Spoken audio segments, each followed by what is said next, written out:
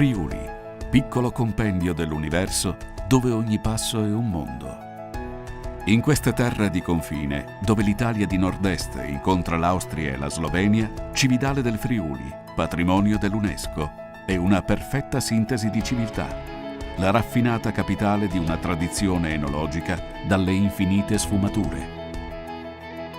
Qui ogni collina ha le sue brezze segrete, ogni terrazza è un microcosmo viticolo, ogni poggio è una possibilità. In queste terre di confine nasce Alturis, frutto maturo della giovane passione di Marco e Massimo Zorzettige, che raccoglie con creatività la sapienza di 3 generazioni. Alturis, in friulano, significa alture, con un suono dolcemente dilatato verso gli orizzonti protettivi delle Alpi Giulie e i luminosi tepori del vicino Adriatico, che porta quella rara mitezza, amica delle uve. Alturis è una sfida che ha il profumo della terra, la precisione della geometria, le gradazioni dei dossi. Abbracciata dai suoi colli e dai suoi vigneti, la cantina di vinificazione è lo scrigno prezioso dei vini di Alturis.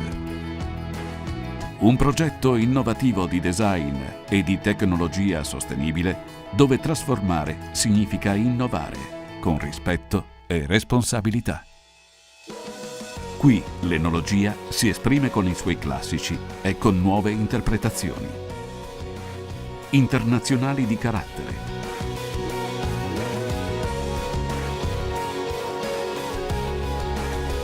Autoctoni di classe, bianchi e rossi. Bollicine dal perlage vellutato. Il passito impareggiabile, il verduzzo friulano e le follie enologiche rispolverate dalla tradizione friulana. Un piccolo compendio di sensazioni da apprezzare nella raffinata atmosfera del wine shop, in raccolte intimità da meditazione o in buona compagnia. Alturis, vignaioli in terre di confine.